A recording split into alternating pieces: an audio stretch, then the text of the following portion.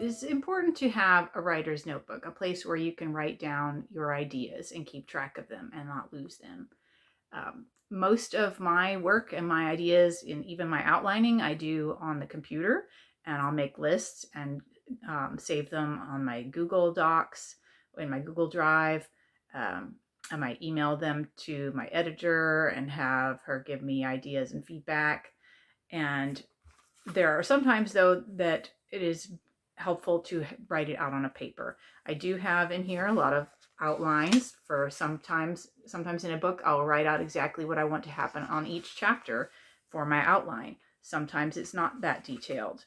Um, I have genealogies out here. I have um, maps and sketches and timelines and things. Some of these end up in the books, and some of them just need to be in my head so that I can keep track of things. I need to know how far it is from one city in my imaginary world to another city so that I know how long it takes somebody to travel that distance. And then I can make sure that it's consistent and don't contradict myself. I wouldn't want to say in one book that it takes someone 3 days to travel from the Silver Mountains to the city of Sharish, and then in the next book say that it takes them 5 days.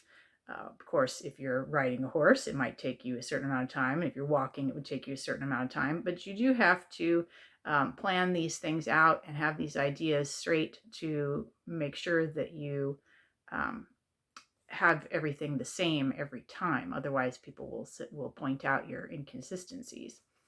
When I'm interviewing, also, I will take notes on paper, because even though I could record an interview with someone, I would then still need to transcribe it so that I have written down the main ideas of what they said and the details that I want to remember for later.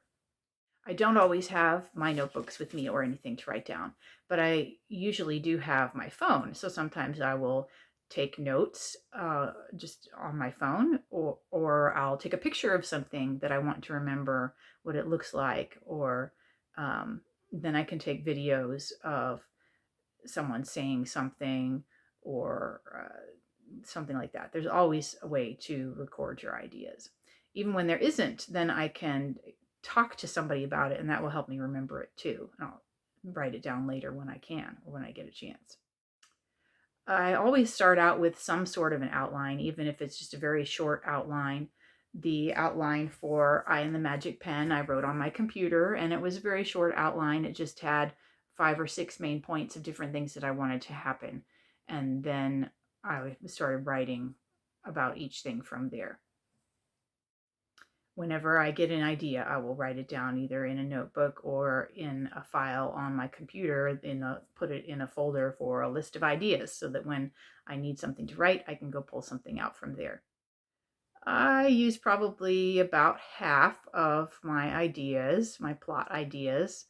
Um, I might have 3 different choices that a character could make in a situation, and when I get there to that point in the story, I'll decide which choice they're going to make and not use the other choices. And choices have different consequences, so um, the different possibilities only get used when the character makes that specific choice. As an author, you need to have lots of ideas so that you can pull from them to add to your story as you go. My writing usually starts in my head. I usually start planning there. And then when I have a few ideas in my head, then I'll start to write down my outline. And the outline can be in a notebook or on the computer. Sometimes I think ahead. Sometimes I do just sit and write. There have been a couple of times when I've just had a really great idea and I sit down and I write, and I can write 6,000 or 8,000 words in a day when I'm really inspired. But sometimes I have to plan it ahead. And then the nice thing about planning ahead is that I can work on the outline in any order that I want. I don't have to work on this scene today if I'm not inspired with that one, or if I'm stuck on that one. I can go and work on a different part of my outline because I know that this is going to happen later in the story, and I already know what's going to happen there. So I can go ahead and write that part, or that chapter, or that scene, and then come back to the other part of the story later. That's one of the helpful things about having a plan or an outline, is that you have something to do when you get stuck. You can work on something else. I organize my writing when I have enough ideas to have a beginning and a middle and an end, and some different plot elements and problems that might arise. Then I can start to put them in order of what needs to happen first. I do like the planning phase. It's exciting to see what's going to happen.